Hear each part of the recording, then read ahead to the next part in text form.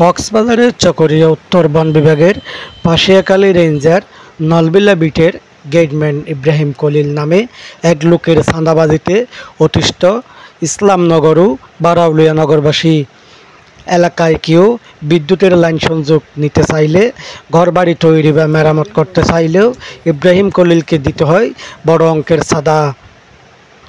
বৃহস্পতিবার 15 আগস্ট সকাল 11টায় ভুক্তভোগী পরিবার সংবাদ সম্মেলন। চকরিয়া থানাধীন নলবিলা বিট অফিস কর্মকর্তা আমরা যারা ইসলামনগর মিস্ত্রিগোনায় বসবাস করিতেছি, বিশেষ করে চকরিয়া অত্র সমিতির দায়িত্বশীল যারা আছে তাদেরকে বিট অফিসারের কর্মকর্তা আমাদেরকে ডাকছেন। ডাকার পরে আমরা তার সম্মানিত বিট অফিসারের অফিসে বসছি। বসার পরে আমাদের কিছু অত্র এলাকার পাশের পক্ষ থেকে কিছু অভিযোগ ছিল। অভিযোগগুলো হলো, আমরা যারা মিস্ত্রিগোনা মাদ্রাসাপাড়া মিস্ত্রিগোনায় বসবাস করিতেছি তাদেরকে আজকে আমরা এখানে বসবাস করতেছি 15 বছর পর্যন্ত। 15 বছর পর্যন্ত লাগাতার কিছু কুচক্রী মহল, ভূমিহীন, ভূমিদস্যু সন্ত্রাসী সাইফুল ইসলাম মানিক, ইব্রাহিম খলিল এবং তাদের রিজার্ভ মস্তান বক্কর, তারা বাড়ি কোনাহালি, তারা বারবার আমাদের কাছ থেকে প্রতি ঘরের কাছ থেকে মাঝে মাঝে 1 লাখ টাকা, 2 লাখ টাকা, 5 লাখ টাকা এভাবে দাবি করে আসছে। যদি আমরা টাকা না দিই তাহলে আমাদেরকে হত্যা করে ফেলবে, ছেলে মারি ফেলবে, বাপ মারি ফেলবে, এরকম হুমকি দিয়ে আসছে। এ পর্যন্ত এই মিস্ত্রিগোনাতে কমপক্ষে 30 থেকে 40টি ঘটনা তারা ঘটাইছে, সবগুলা সন্ত্রাসী হামলা। সন্ত্রাসী গেছে মোটাগড়ি বক্কর, উনি আমাকে বলছে তুমি এখানে কেন আছো? আমি তো প্রতিবার আসি এখানে অফিসে, কারণ আমি এখানের দায়িত্ব আছি ঋণ কমিটির সভাপতি সুফলের।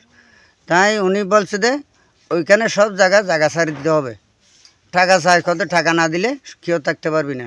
বক্কর হদি বা কল্যা তার বাসে মানিকিয়া ইতারা যাইরা না ডুমরিতে আইয়রে মারের দে ডাঁ যাইরে তাড়াতাড়ি ধরে দেড় ঢাস করে ডুস মার দিছে না যে হাত করে ফেলা দিয়ে। আমি ভূমিহীন মাতামরি লোকেশ্বর, আমার ঘর লোকেশ্বর আছিল, মাতামরির মেঝে নদী আর ঘর বাড়ি ভাঙি হয় यहाँ হিন্দি সরকারি জায়গার মেঝে আশ্রয়।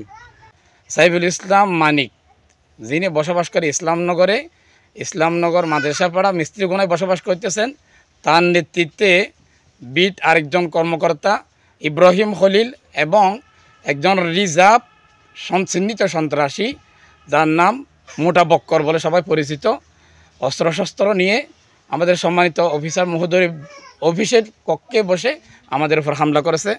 হামলা করার পর এমনভাবে হামলা করেছে যে তারা একসাথে আমাদের শ্রদ্ধেয় বড় ভাই, আমাদের অত্র সমিতির সম্মানিত সহসভাপতি, ওনার উপর তারা একত্রে ঝাঁপে পড়ে এমনভাবে হত্যার উদ্দেশ্যে তারা হামলা করেছে। হামলার কারণে তারা মনে করেছে উনি মারা গেছে মনে করে তারা এখান থেকে চলে গেছে।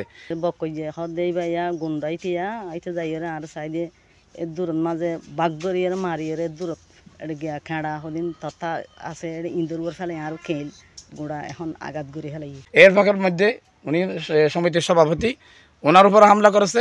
আমাদের গত আরেকজন ভুক্তভোগী উনি কালকে গিয়েছিলেন, ওনার উপরও একজন মহিলার উপর এমনভাবে হামলা করেছে যে ওনাকে এমনভাবে যে আঘাতটা করেছে যেন উনি পরে রাস্তায় পড়ে গেছে, এই অবস্থা। এরপরে আমাদের আরেকজন মুরব্বী আছে মহিলা, ওনার উপর হামলা করেছে। আরেকজন মহিলা আছে, উনি আছে, ওনার উপর হামলা করেছে।